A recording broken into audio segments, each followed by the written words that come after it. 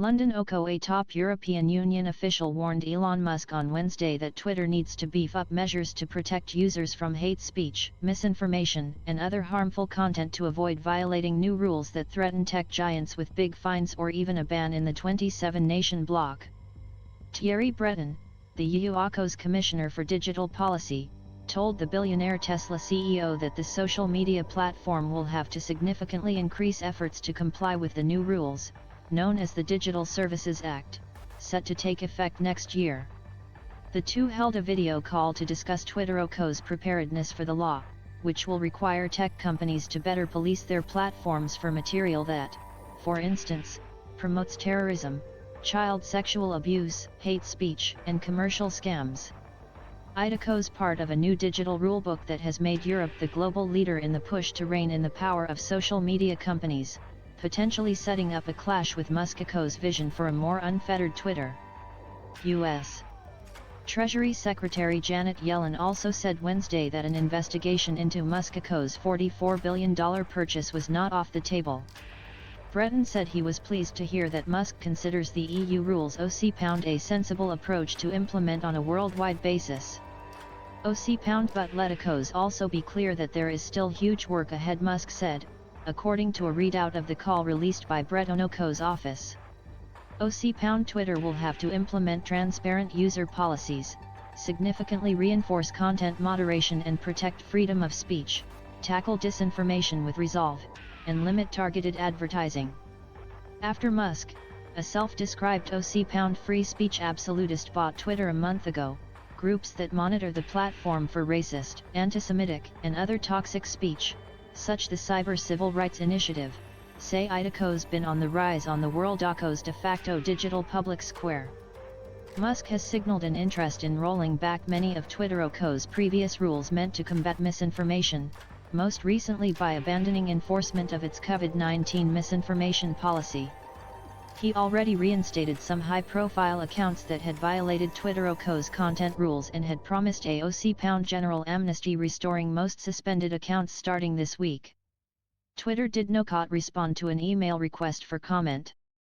In a separate blog post Wednesday, the company said £OC human safety is its top priority and that its trust and safety team £OC continues its diligent work to keep the platform safe from hateful conduct, abusive behavior, and any violation of Twitter OCO's rules. Musk, however, has laid off half the company OCO's 7,500-person workforce, along with an untold number of contractors responsible for content moderation. Many others have resigned, including the company OCO's head of trust and safety.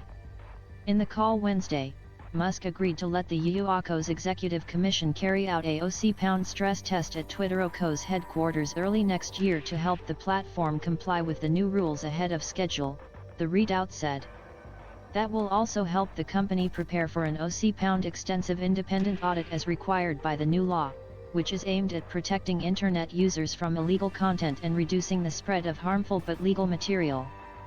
Violations could result in huge fines of up to 6% of a company OCO's annual global revenue or even a ban on operating in the European Union OCO's single market. Along with European regulators, Musk risks running afoul of Apple and Google, which power most of the world OCO's smartphones. Both have stringent policies against misinformation, hate speech, and other misconduct, previously enforced to boot apps like the social media platform Parler from their devices. Apps must also meet certain data security, privacy, and performance standards. Musk tweeted without providing evidence this week that Apple £OC threatened to withhold Twitter from its App Store, but wanna tell us why. Apple has not commented, but Musk backtracked on his claim Wednesday, saying he met with Apple CEO Tim Cook, who £OC was clear that Apple never considered removing Twitter. Meanwhile, U.S. Treasury Secretary Janet Yellen walked back her statements about whether Musk's purchase of Twitter warrants government review. £OC I misspoke, she said at the New York Times SoCo Dealbook Summit on Wednesday, referring to a CBS interview this month where she said there was £OC no basis to review the Twitter purchase. The Treasury Secretary oversees the Committee on Foreign Investment in the United States, an interagency committee that investigates the national security risks from foreign investments in American firms. £. If there are such risks, it would be appropriate for the Treasury to have a look, Yellen told the New York Times. She declined to confirm whether CFS is currently investigating Musk's Twitter purchase. Billionaire Saudi Prince Al Walid bin Talal is, through his investment company, Twitter's biggest shareholder after Musk.